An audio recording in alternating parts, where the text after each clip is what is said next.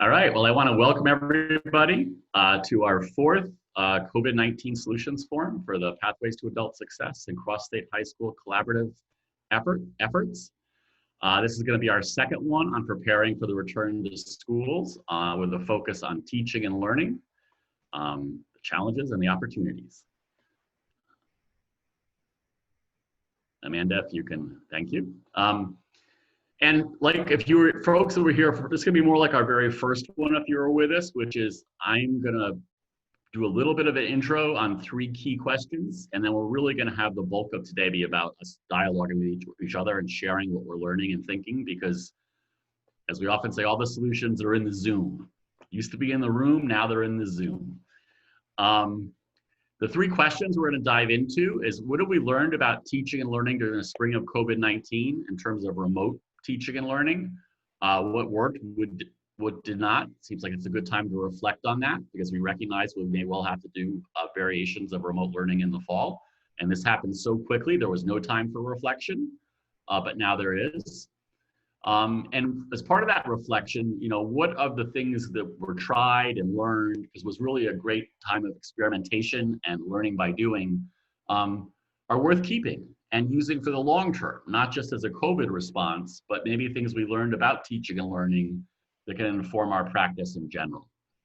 And then finally, we're going to talk about what don't we know yet about what we might, unanswered questions for the return to school in the fall and the very conditions we're going to experience teaching and learning.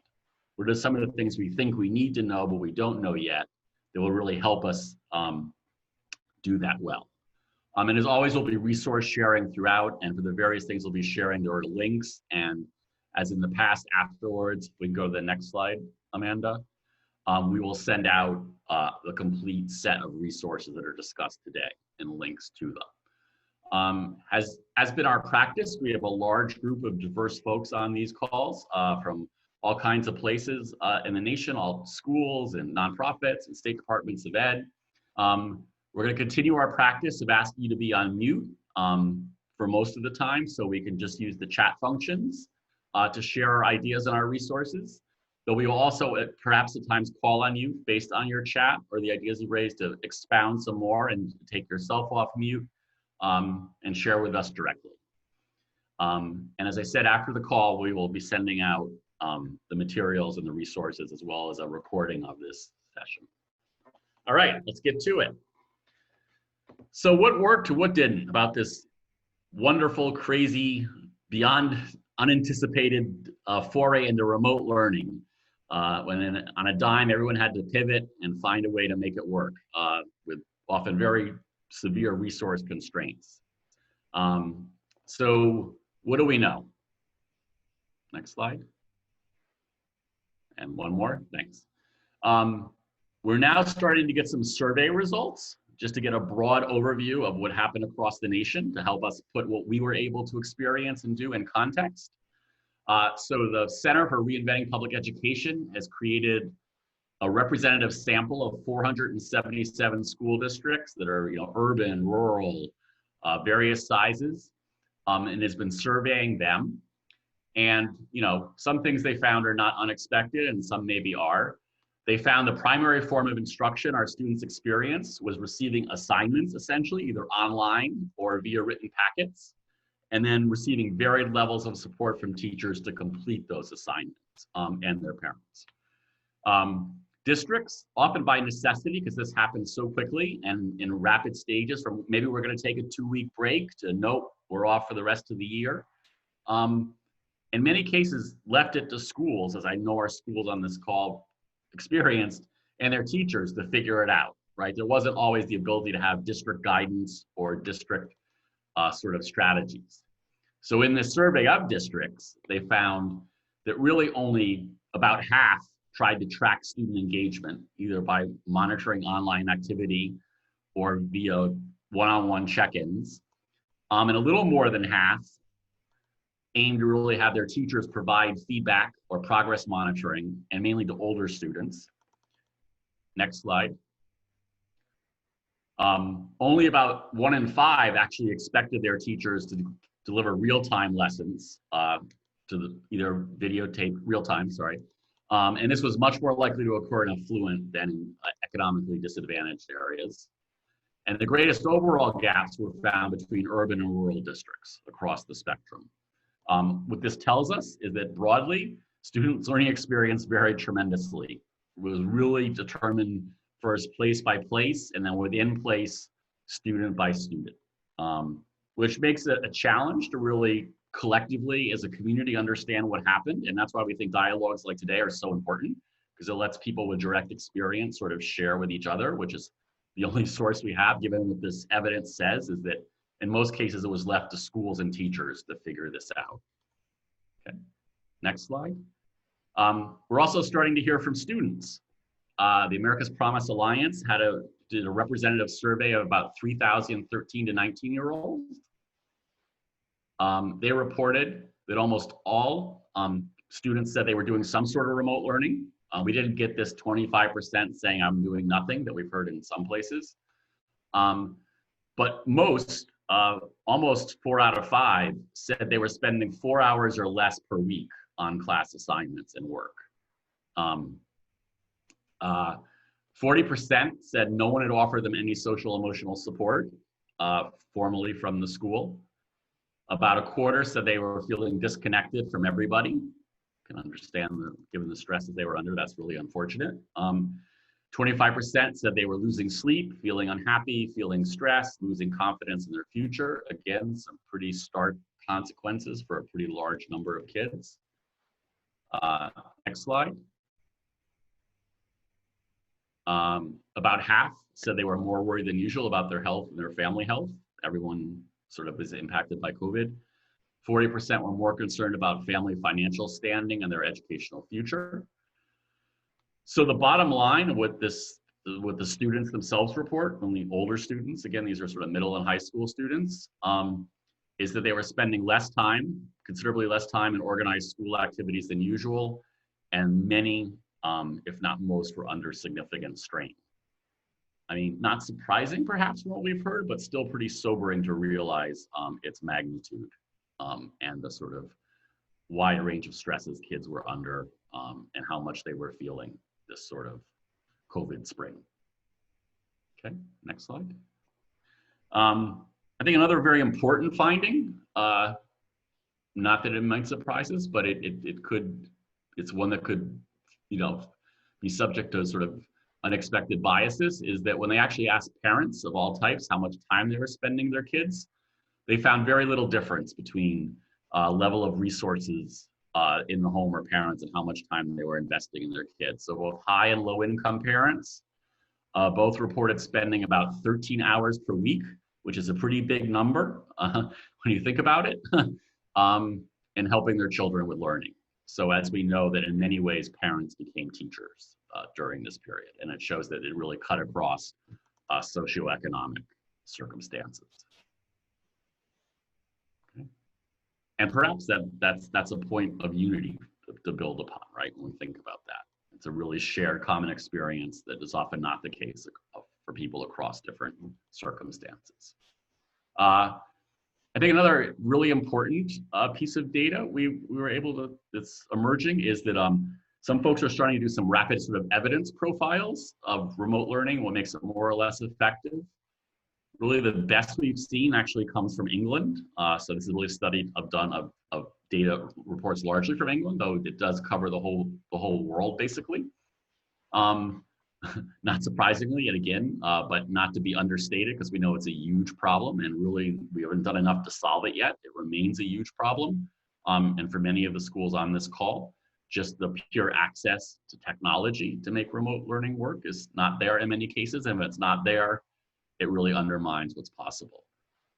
Given that, what they found is that how students taught mattered more than the techniques.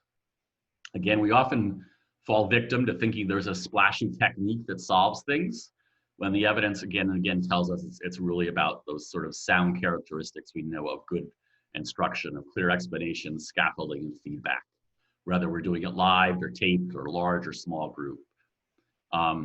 Also, some pretty clear evidence that peer interactions provide motivation, and it's important to build those in, and they're not natural to a lot of remote learning environments. This idea of peer feedback, sharing models of good work, live and group partner discussions, pretty strong evidence that that is a strong motivator when learning is remote. Also important to model how to work independently. Again, might seem straightforward, but sometimes we forget the simple things that are in front of us. And so just showing how to model reflection, strategies for when you're stuck, things like checklists and planners have all been shown to have good impact. As have low stakes quizzes as a way to, we know from the learning sciences, as a way to sort of help people facilitate active recall of what they're getting, which really helps with retention.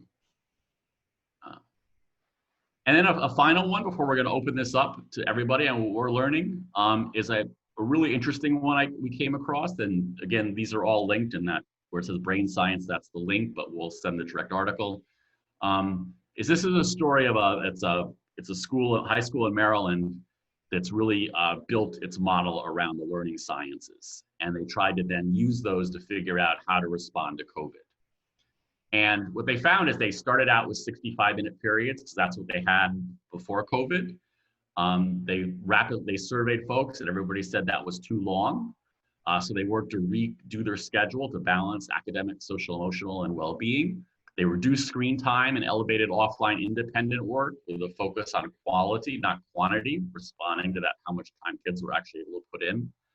They built in breaks between those classes. Again, simple things that we sometimes skip over. And they created more time for office hours and advisories with students. And through this all, they tried to create a very consistent set of routines through the schedule day to day, so that it sort of, people didn't have to guess like when they're supposed to be where, and reduce cognitive load. Next slide, they had a few more good tips. They really asked, to focus on essential questions, and they asked the broad question of what do we want our kids to know, not now, but within 2 years still be able to do? And if it was something they didn't think was important to know in 2 years, they knew that was what they could let go and focus on what they thought was the most important. They really found it was important to give very targeted feedback on regular doses of it. So they redesigned assignments to do that. And they also learned that projects were a really good means to help students transfer knowledge, but not the best way to learn new concepts. And as always, taking this sort of brain science design approach that's very iterative, and one of the most telling comments they got back after they did all this was a student said, the distance learning has all the elements of school, but none of the fun stuff. And so now they're thinking about how to improve social connections and things like that. So that was just, I thought, a very good lived example of how one school was able to sort of think through some of these things, again, using approaches they had sort of built around the learning sciences before this happened. Okay.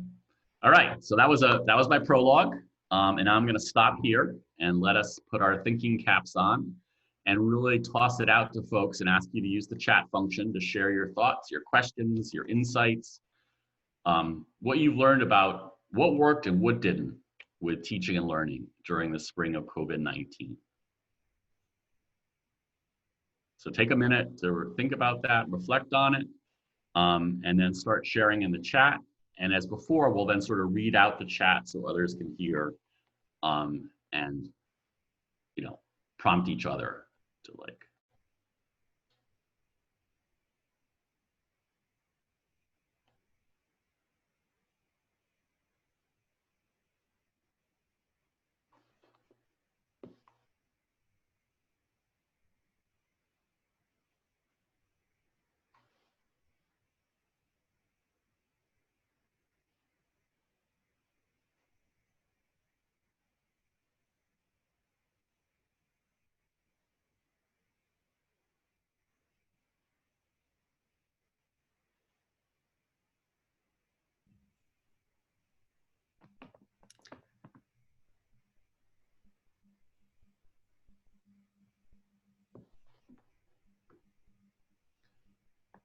Linda, you're on mute.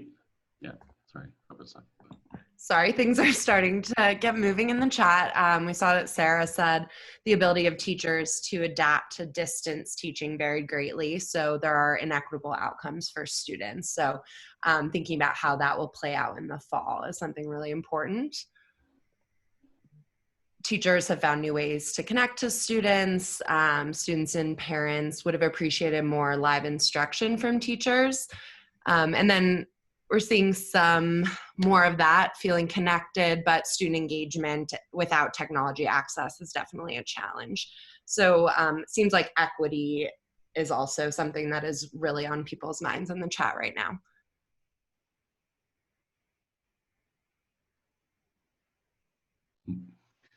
Peter shares that flexibility of the design process allowed them to switch gears quicker. They pushed their students to stay engaged, but still could not engage 35% of the students. Vince Pittman shares some of the assignments given would have been better served with a mini lesson to help students understand the concepts. Marilyn Ramirez shares more calls than ever before to students. Marissa shares ELL, students with disability and poverty had difficulty accessing internet. Students didn't receive enough instruction on using technology before going remote. That comes to us from Marilyn Ramirez. And our fall professional development is designed to help these teachers. Another what worked from Sophia Russo, teacher collaboration and teamwork tools such as Screencastify. What did not work, screen fatigue, authentic, reliable assessment.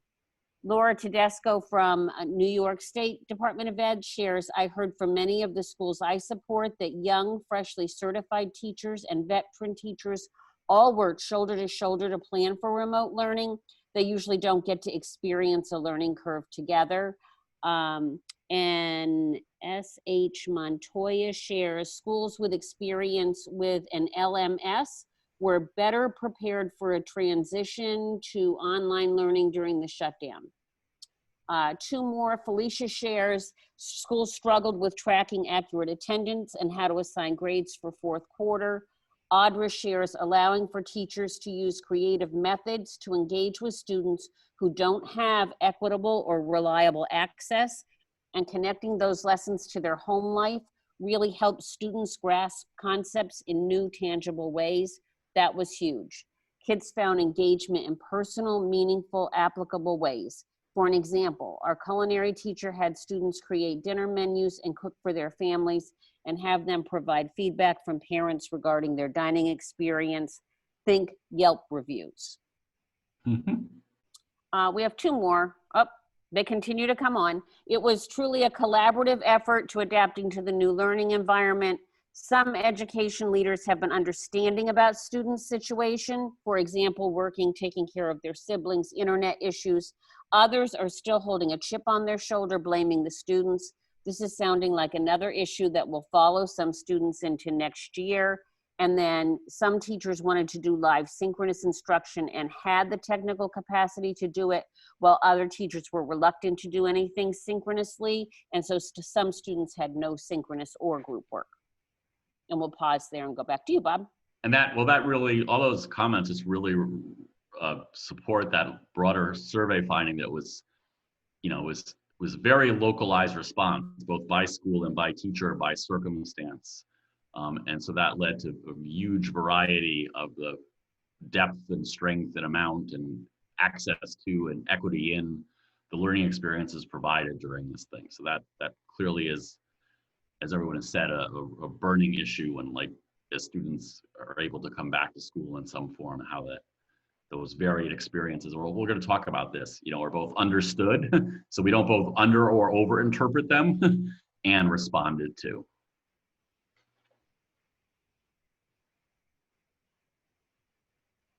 Yeah. I think Kenya's point is very interesting, right? That teachers adapted, people did almost Herculean efforts in many cases. And, one of the things we heard too is that teachers, greatly adapted their hours. Some were working from early in the morning to late at night to reach every kid, or some were having to work, starting later but going longer. And that that initial burst of sort of adrenaline-driven efforts to make it work for their kids may be difficult to sustain just with pure endurance if they have to continue this in the fall. And I do think that's a real concern. Bob, one I missed, Christina Espinoza also pointed out that students that had IEPs were not served well. Yeah. Yeah. All right. People should continue to share. This is the power. The power is in the group. But I'm going to also take us on to our next series of questions, which is in a way, I said this was a period of great experimentation. And as one person, said, it was in many ways the most intensive professional development experience people have had for a while, just of learning by doing and, trying stuff and figuring out what works and sharing with each other. There was a lot of spirit of collaboration and working together online to help sort this through. So one of the things to reflect upon is what was done is worth keeping and might actually inform and improve our practice long term, even in a more traditional environments. So with that, we'll go to the next slide. And begin as we do with a little bit of what we know. And really this is all just field experience at this point. So these are just things we've picked up in dealing with the various networks we've worked with, the Pathways to Adult Success, the Cross State High School Collaborative, and others, of what people are saying. Wow, this was powerful, and it's something we should consider. So the first was this idea of those that were able or did to create videos of instruction from the teacher, often found, and students in some cases reported, there was great value in them being able to watch that multiple times on their own schedule. And this actually fits with some prior research we had done with an instructional design group of 8th graders, actually. We tried to put them in charge of figuring out, like, what's the best way to teach you core content in 9th grade?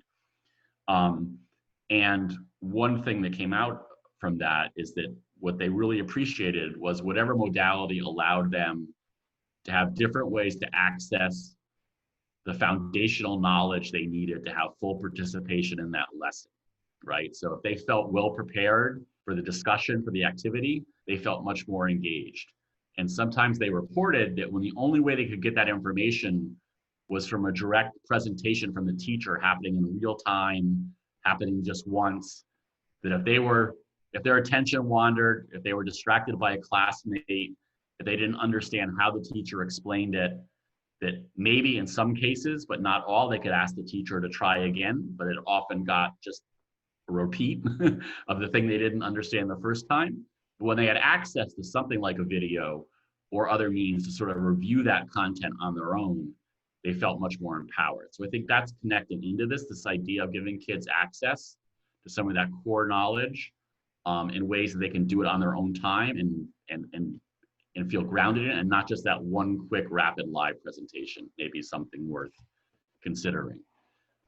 There's a number of reports, and we linked an article from a school that had good examples of how student agency really was a better substitute for motivation than grades, right? We know in many places they went to pass-fail systems, they went to hold harmless, they went to cases where kids felt like that they weren't being graded.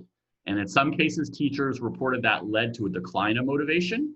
But in this article argues where they were able to instead focus on agency, choice, voice, leadership, helping others, that building on student agency was more powerful than grades as a motivator for putting in effort. So that might be something worth considering.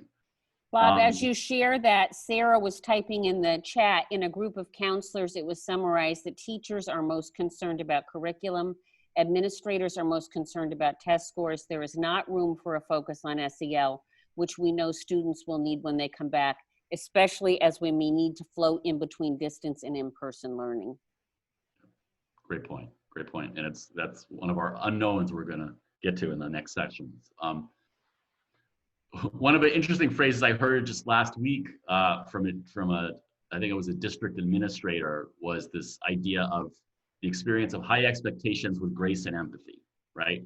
Which we know that kids, that sort of challenging and caring classrooms are what kids sort of strive for and desire when you ask them in many different ways. And he was reflecting that oftentimes in the past, they had been a stress on high expectations, but sort of with consequences. If you don't do this, then something happens to you. And we don't want to hear your excuses, like just get it done. And he was reflecting that under COVID, it made everybody aware that there are real challenges that could not just be overcome by working harder or working longer or being more determined, and that you needed grace and empathy. You had to understand the student's situation and build your expectations, keep them high, but build your pathways to competency, which is the next one, by giving them multiple ways to achieve it and some grace and some empathy on when and where it's done. And my reflection on that is that many of our kids have been waiting their whole lives for someone to have that viewpoint of both high expectations, but in this idea with grace and empathy, and not just sort of saying do it or else, or it's your fault, or it's your problem. Next slide.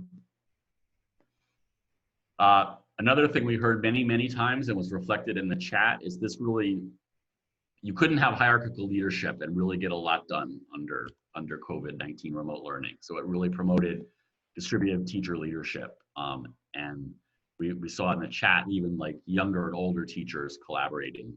That's not often the case, and that this is something to hold on to. And then finally, one of the biggest takeaways that we've seen is that, and this was in our chat too, Peter brought this up, is that schools and communities that prior to COVID were sort of more relationship driven, more trust-based, were sort of rooted in a design perspective, were generally able to be more nimble and adaptive than those that were organized around sort of a hierarchy and systems and rules.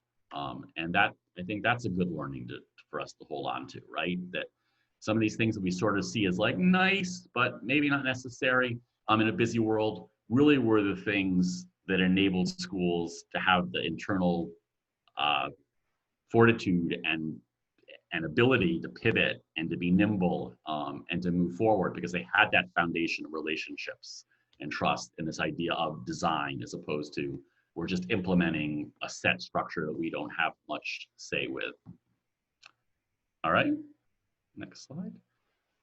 So again, we're going to open it up to the true experts, people that have lived and breathed this, and ask you to share, as you've been doing, what do you think from this period is worth keeping?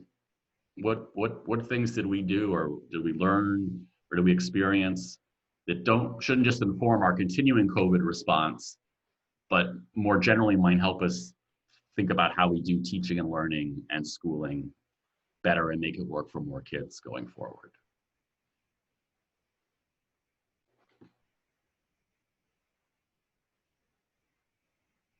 Lisa had shared in the chat when you were speaking about grace and empathy, warm demanders. Peter shared that he agrees with Sarah, what she had said about the group of counselors, and that he had to just justify to his central office last week that they need to hold steady with their redesign plans. We have a focus on building and maintaining relationships as one of the things that works. Virtual tutoring options to support students that can't stay after school for traditional support choices, and allowing students working at their own pace.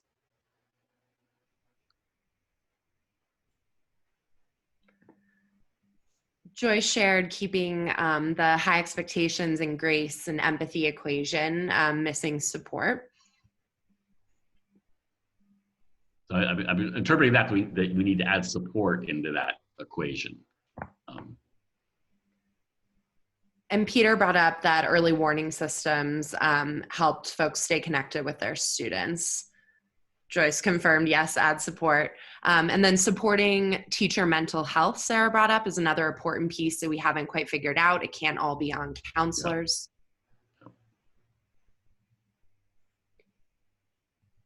The recorded lessons, students really benefit from that. They can rewind and revisit concepts with which they struggle. Jeremy shared understanding that the focus on social emotional learning is not a nice to have, but a central core goal.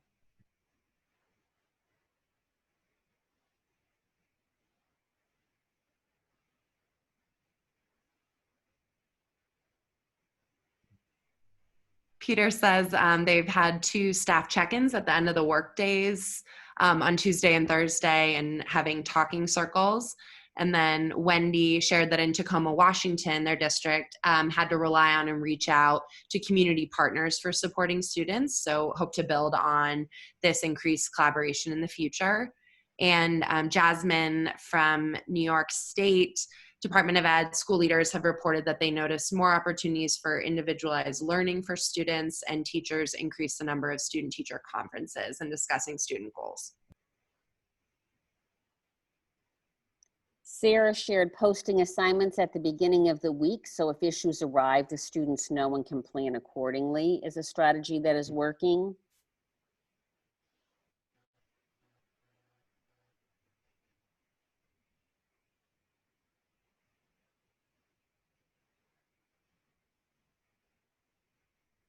And it looks like things are slowing down a bit in the chat, Bob.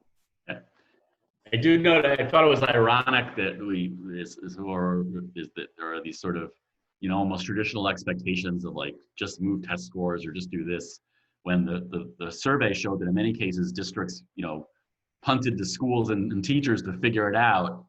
And then when they did, they're now saying, yeah, but like do it our old way. That's unfortunate. And I think we just got to keep raising our collective voices that the real lived experience was that those that had invested in relationships and in social emotional and in voice and choice and teacher collaboration were really the ones that did much better in the pressure test of COVID-19 than those that relied more on traditional hierarchy and structures and systems, which proved more brittle.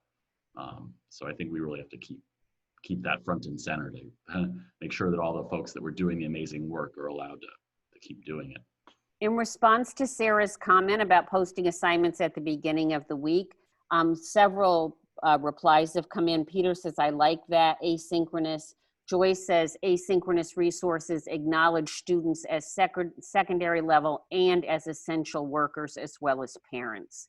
And then Kenya Wilson says, synchronous instruction options such as teachers at the same grade level or content offering live instructional segments over the day so that the students can engage when they have access to devices. Yeah, that's a powerful innovation, right? To recognize that you have to sort of give it multiple, that was our multiple access points. But if you think about this, it's sort of like universal design blown up to the meta level. All right, well, I think we'll move on to our third segment as people continue to share ideas, which we will make sure all get covered as we go on. So the last thing I want to just to get the wisdom of the Zoom going on is what do we still need to know or to figure out to be ready for the varied conditions we're likely to experience during the coming school year. So we have a little time to think, though not a lot, because I know many schools and districts are focusing also just on the core safety issues of how to get kids in and out, back and forth, and be all together safely. But we do have a moment of reflection and perhaps opportunity for collective work to accelerate that. So here, of course, we don't know. It's not like, what do we know? It's what do we need to know? So again, these are just really a couple of starter points and then some general areas to provoke our discussion. So one that I think is really important to hit the pause button on, because we've seen a lot of talk and it's understandable and it's real about the concern about learning loss and the need to do diagnostic testing when kids return to figure out where they are so we can figure out what they need. And just the one note of caution I want to stress is that we know that in fact, if we don't think about this well, we can actually get inaccurate information from our diagnostic tests. If you think about it, there's a long history of like placement exams for kids going to college and community college, where they don't know there's going to be a high stakes exam, haven't really thought about school for multiple months, are sort of just excited by the new thing, but haven't been studying or prepping or thinking about mathematics or anything. And then they walk in and the first thing they're doing is told to sit down and take this 90-minute test and not being told that sort of really determines their future. And surprise, surprise, a lot of people don't do well on that test. But when people have investigated afterwards, they found that was actually a very poor reflection of what they actually knew, because the conditions of giving that diagnostic test were so antithetical to getting an actual read.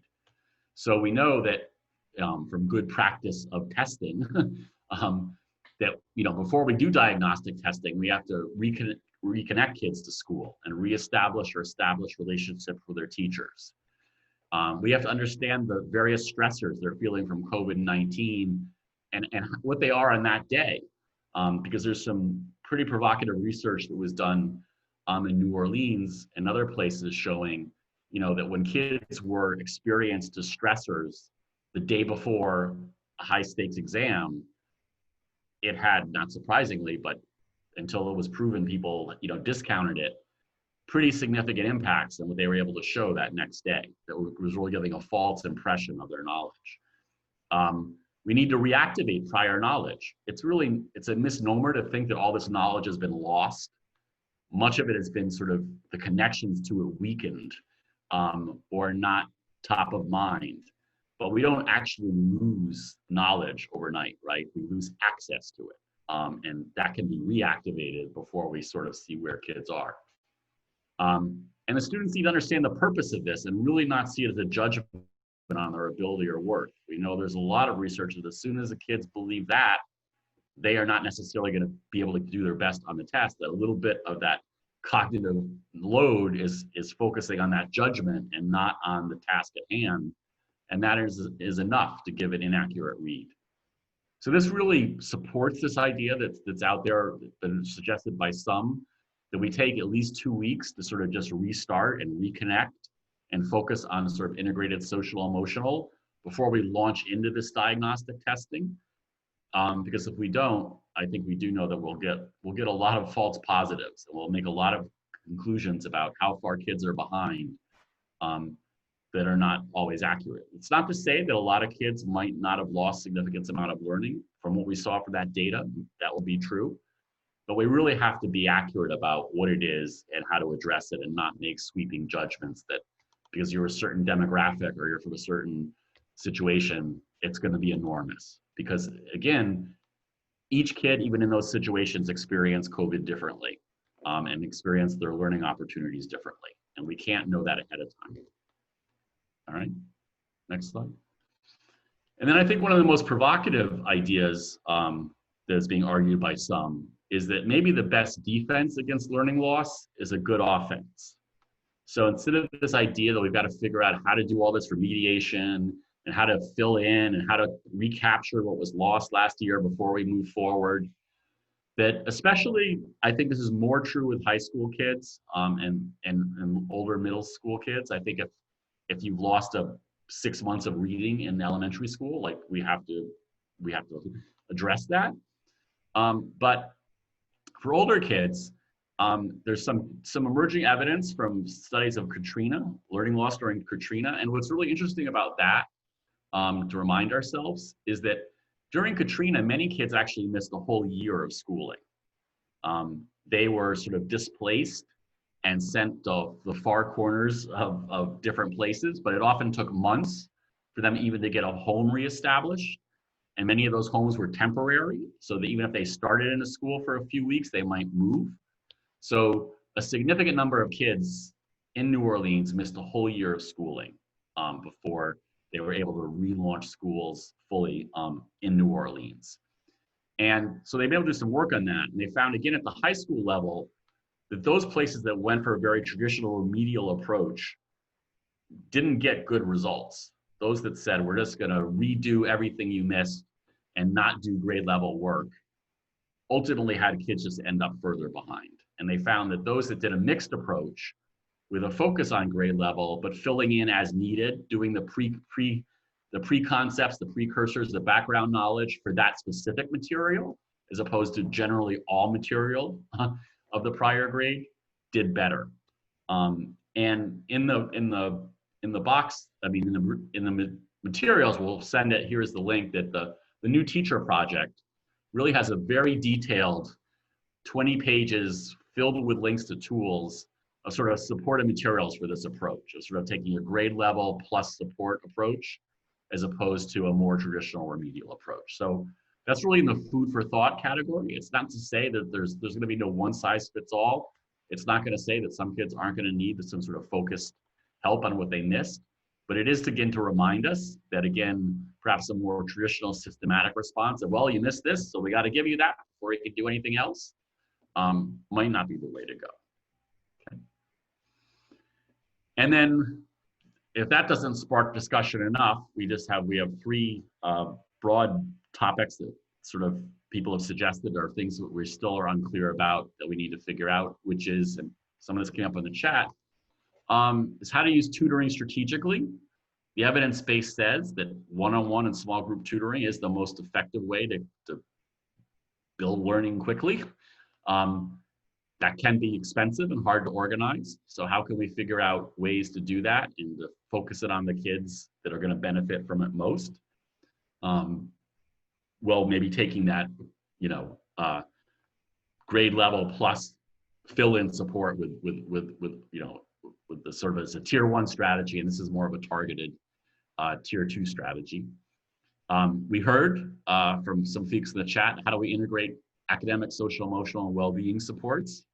Because the kids need all of them, and how do we do that for our faculty too, right? And then, as we know, right, from everything we've heard and read, and even emerging plans, is that some version of remote learning is going to continue next year for a large number of kids. And how do we sort of improve upon what we did? So those as starters, I again open it up to our folks on the call to share your experiences and your insights and your questions. And how are we thinking about this? What do we need to know to be ready for the fall? And specifically, if we feel like it, how do we address some of these unanswered questions?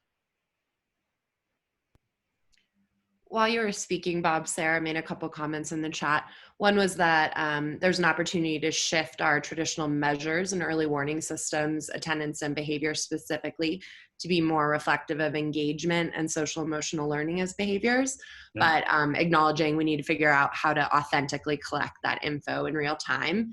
And then Sarah also shared they're working on engaging the voice of students, families, and communities of color in two-way communication.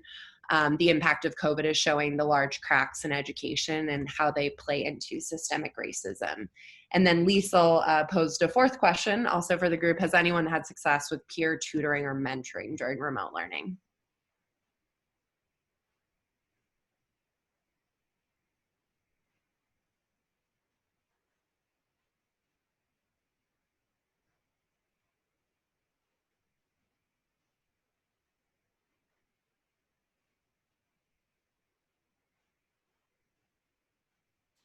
Kenya shares it's imperative that schools provide differentiated instruction strategies for professional development.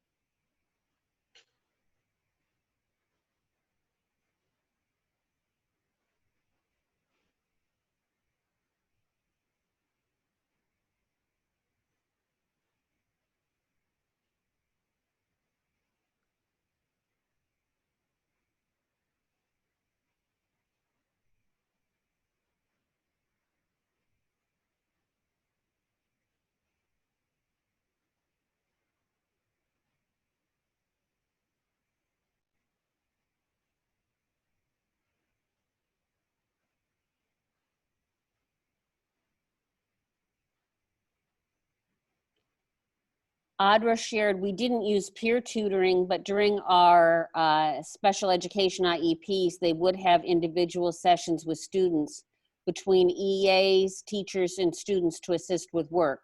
Perhaps this process could happen peer-to-peer as well.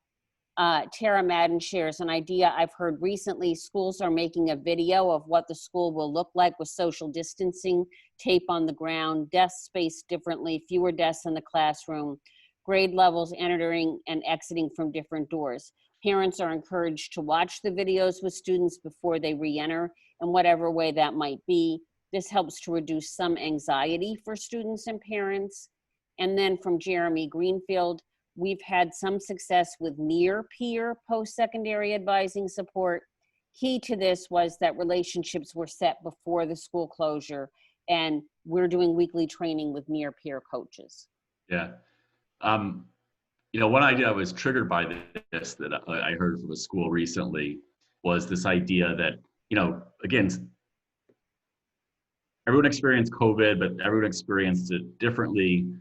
Kids are coming back to school with a range of different anxieties and hopes and frustrations. As we saw from that survey, many haven't been sleeping well, many are concerned about their parents' finances, a wide range of stresses, right? And their own learning, their own future. What they were saying is they think it's going to be important to create almost like a community story about restarting in the fall that sort of explains things, that creates a common reference point. It can be rooted in a cultural tradition of the community or something that resonates, to sort of create this idea that we're all in this together. We're all struggling in different ways, but we can all sort of make it together. We all got to do some new strange things, and to create a story, a vision of some sort that sort of helps tie that together and creates a common set of touch points, as opposed to students essentially getting a bunch of rules and regulations, like do this then, do this now, do this how. Just a way to sort of create a sense of connection and community, but use a narrative as a way to sort of make sense of all of this. And I thought that was a pretty interesting insight, because I do think that absent some effort to do that, to create that, we run the risk of having a lot of anxious kids come in and be met with a lot of sort of official rules and regulations, which it doesn't seem like that will build a strong sense of community. To that point in the chat, Peter Deswood shared, I think we need to continue to be flexible, understanding and empathetic to our students' needs. My staff tried several different learning options, and it was always different for each student, very individualized. We focused a lot on SEL and leveraging our relationships. And then Kenya Wilson shared, I'm concerned the clinical environment of schools, though necessary, will affect student comfort in schools. It almost challenges the foundation of Maslow's hierarchy. How do we make schools feel safe again? And I would guess that's very true both for students and for adults.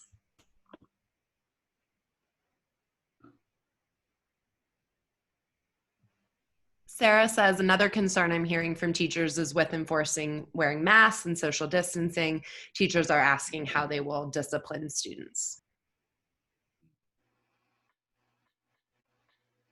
Yeah, I mean, and again, there's no easy answers, but I almost think that's again where my sort of like narrative story helps. Like it creates a common communal rationale for doing it, as opposed to a rule that you might, being a typical adolescent, find perverse pleasure in sort of not paying attention to.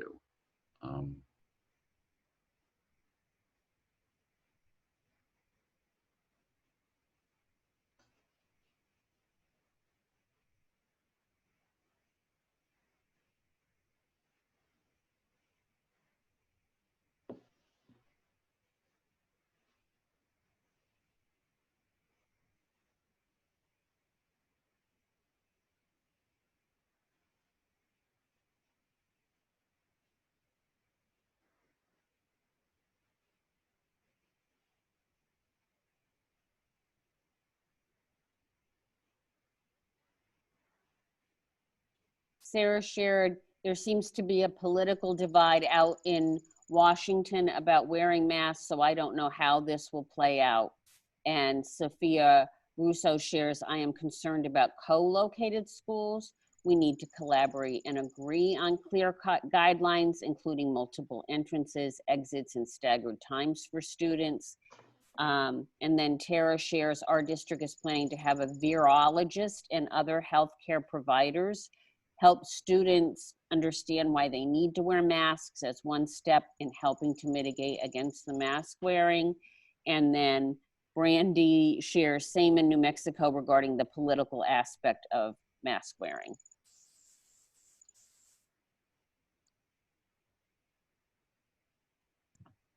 Tara says, our organization, with support from a licensed social worker, has created and provided a virtual self-care professional development session for teachers. This has been well received, and many teachers indicated they would provide something similar for their students, so they too will create a self-care plan. And Sarah says, love engaging a virologist and social worker. Yeah, and I mean, I totally, not in any way minimize the sort of political divisions. But it does remind, or cause me to reflect that in different circumstances, but a similar thing of differences between in schools and out. Schools are able to create this idea that there's a school way and an out of school way of doing things that kids can buy into. And again, I think that's it. If there's the right culture and the right narrative within the school, that can be a step towards that, not minimizing the real problems at all. But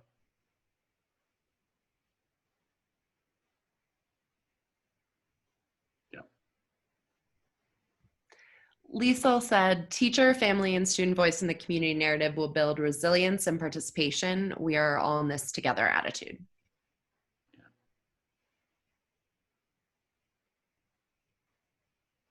Yeah, I mean, it's very interesting. The work on belonging, which this all really fits to, really comes down to the simple thing of creating that idea that we are all in this together, and that we're here to help each other and not blame each other. And if you can get to that dynamic, you often, the research suggests an experience that you will create a strong sense of belonging, which will take you a long way. Kenya shares, I've heard that some districts are considering limiting the fall semester to core content. I don't agree with this at all. But even if this occurs, how can students who've not attended school since March be expected to sustain full days of English, math, science, and history? Yeah, I mean, that really speaks to the need for at least a transition, at least a building towards that. And then also, right, which is interesting, and the counterpoint is that we know that where a lot of school connection is made is in, drama, debate, chess, robotics, in more of that elective space. And I recognize that has some challenges for social distancing, but to find ways to maintain those aspects of schooling that make you feel connected. And even going back to the thing from our school that, did everything right according to the learning sciences. And the feedback they get from their kids is, yes, we have everything of school except the fun, points to that, it is that balance of a strong learning environment and also a place the kids just see value in being in and of itself. Learning is value in itself, but the social aspects of it are important too.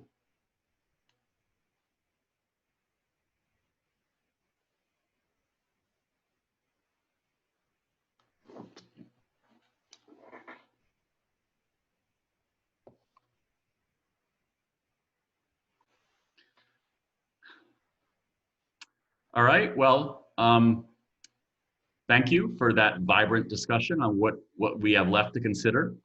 It's a daunting list, but just before we go to the concluding part, a personal reflection is that, I continue to be amazed when we've had the opportunity to meet with school teams during this period, at just the amount of resilience and creativity and passion under really trying circumstances, that's led to the folks doing powerful and inventive work under trying conditions. And for all of you out there that are doing, I just again want to thank you for what you're doing and acknowledge that some really heroic work is being done at the front lines with the schools and teachers, as which our data said, we're pretty much told, figure it out on yourself. And maybe that was not insane, because maybe that's where the best solutions lie. But again, I just want to really acknowledge that my happiest days are when I talk to those school teams and just see the amazing work under really challenging conditions you're doing, which just reaffirms the power of the human spirit, right? Which really drives us in this work. Just to wrap up, we'll go to our next slide. Just to remind folks that this has been a continuing series of solution forums, and that some of our earlier forums have some tools and solutions and ideas, largely from the field, that speak to some of the teaching and learning questions we brought up today. So we have there's a video on how to keep secondary schools connected when schooling is remote, which really speaks to how to keep those school connections, those peer connections, those personal relationship connections, the sense of doing something for others, and that school is a welcoming place going.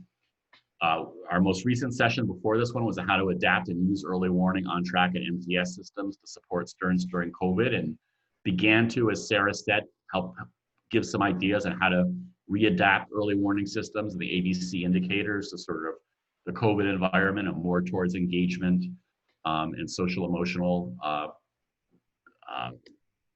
metrics to almost at a whole school level to make sure the whole school is on track to respond to COVID. And through our cross-state high school redesign work, we've also been able to curate a number of teaching and learning resources, things about how to do project-based learning online, how to do presentations online, how to do competency, and some of these other skills online. And there's a rich set of resources there as well I want to call your attention to or remind you of. Last slide. Please send your follow-up ideas and thoughts to us, and we will, as always, share the recording of the session, the slides, as well as the chat. You know, as again, we found that the wisdom is in that chat, so we will reformat that chat in a way that's user-friendly to refer to. And we will send you a link that will send you to our webpage, which will give you not only the recording of the session, the copy of the slides, but also I want to shout out to our team, Amanda and Ann and others, for putting together a very nice, and Greg, a very nice presentation of the materials we referred to, the various surveys, the examples from schools. You'll be able to get easy, ready access to those tools and ideas you can use. So with that, as always, I want to say be well, thank you, and onwards, and take care. Good day.